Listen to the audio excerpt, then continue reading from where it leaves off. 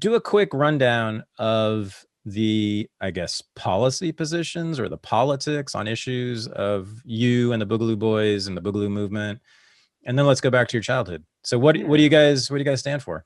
Yeah, so it's just kind of very much like a broad anti-government coalition. Like if you go to anybody, that kind of the only unifying thing across the entire movement is guns and the unwillingness to give up guns. But then across that, obviously, we have like this coalition of people that are all like anarcho-socialist all the way to anarcho-capitalists. We have, mutualists. One of my good friends is like an African pan-separatist. Like, like a lot of like really interesting, across both like racial and gender and everything, politics on that. But kind of our uniform principles is like, is the government doing it? Is it oppressing people? Then bad, which is just very simple, like libertarian principles. So, no drug war, ICE detainment centers, bad, religious and minority persecution by the government, bad, gun confiscation, bad. So, I think that's like what trips people up a lot, is because they'll come to me constantly because the left and right are so obsessed with economics.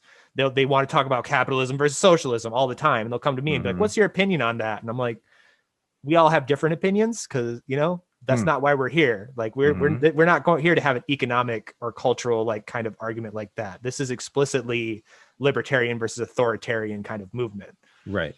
And anti-statist, anti-government.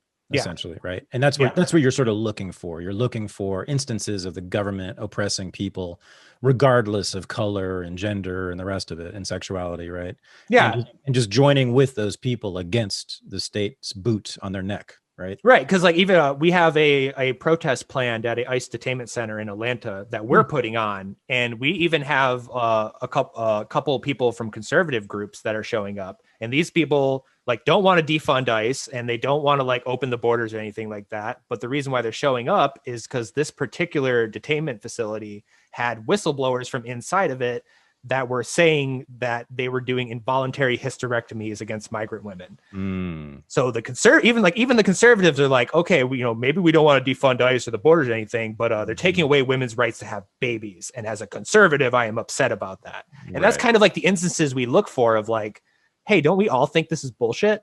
So can we not at least like address this one thing that we all agree is wrong and just solve this one problem? And then we could just go to the next one problem that we all agree is wrong and kind of just knock them off. And then when we run out of them, we can go back to the endless socialism versus capitalism arguments and everything. But like things have gotten so bad, it's kind of hit this moment where it's like we need to do something about this. So you're doing coalition politics right now. Pretty much. Yeah. And that's kind of what our whole thing has been from the beginning. Because if we wanted to just be a right-wing gun group, there's 100 of those. We could have just joined in with them. If we wanted to just be BLM or be anti-fascist or something like that, we would just go join them.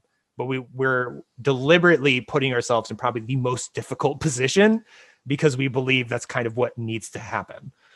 Yeah. This is another reason I'm very excited about you, because that's been my sort of overarching political process program for about 10 years now, which is to bring together the left and libertarians around issues that they agree on, which are big, huge issues. And there's many of them, right? And fundamental things too, like morality and general philosophy and worldviews, like exactly aligned on these. It's not just that like, oh, we don't like these things for a different reason than you do. A lot of the same things, like you said, like if you heard a libertarian talking on certain subjects, you'd be like, oh, this guy's like a communist or something, but no, it's like, it's the fundamental platform of authoritarian versus, libertarian ideals versus